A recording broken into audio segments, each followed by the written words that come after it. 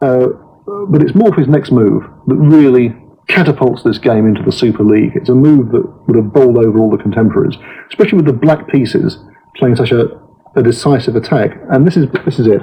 Watch carefully now, as black sacrifices the queen. Queen takes F3. Yeah, it's scary. And I categorise this as a $1 million PR move. I mean, if you want to make your reputation, if you want to become noticed by everybody. You mean it's worth $1 million in building up his reputation? Absolutely, that's what it is. Yeah. And of course, White's got no choice at all. He has to take it off. And now Black's given up the queen.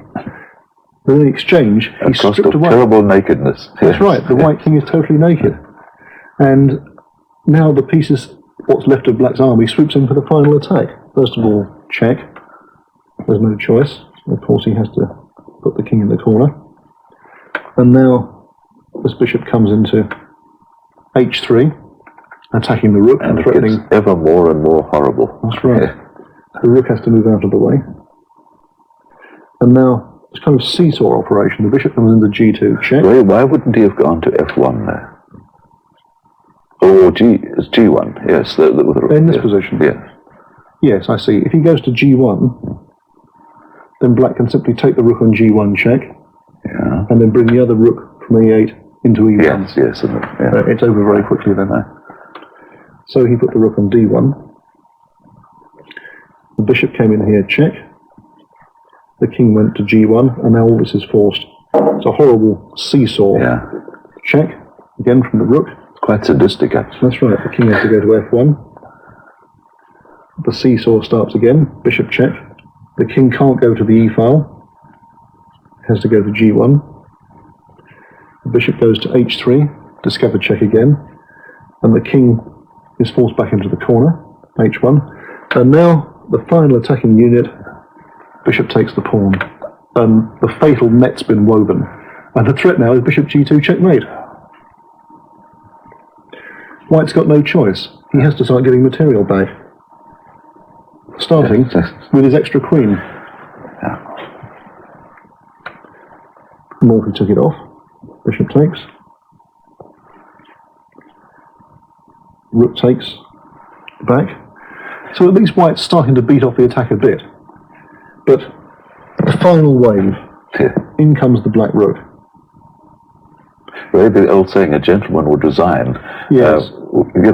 Didn't he know already that he was... He must have known he was up the creek, but he struggled on for a few moves. He played this, rather a pathetic move. And the black rook came here, clearly ganging up on the white pawn. And the last fling, D4. The bishop attacks the rook. But now, the coup de grace, bishop E3. And here Paulsen resigned. And the reason he resigned is that after bishop takes bishop, rook takes this pawn. H2, yes. Check. King goes across. And that's the end of the story. And rook G2. Total checkmate. It's that capture with the queen which is so brilliant. Isn't it? Well, Paulsen was a Prussian playing in New York in the 1850s. An example of chess bringing people together. Have you got any stories of this from South Africa? Oh, South Africa's full of... I remember in my chess club an extraordinary incident when we integrated the club. So black players could belong. Only one member refused to play because they were blacks, and there was an old Afrikaner. And he just wouldn't even come to the club because there were blacks there. And then after about 5 months, he wandered in one night and he said, I've just come to look, I haven't come to play.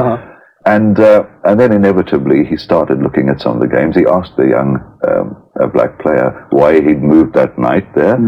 And of course, inevitably, they started discussing it. They started playing through a few positions, and he ended up playing often with this chap. Rejoining the human race. That's right. And this young black player was a young schoolboy, Charlie Sorga, who later checkmated Hans Ree of the Netherlands, which is pretty rare in a simultaneous Grandmaster to be checkmated.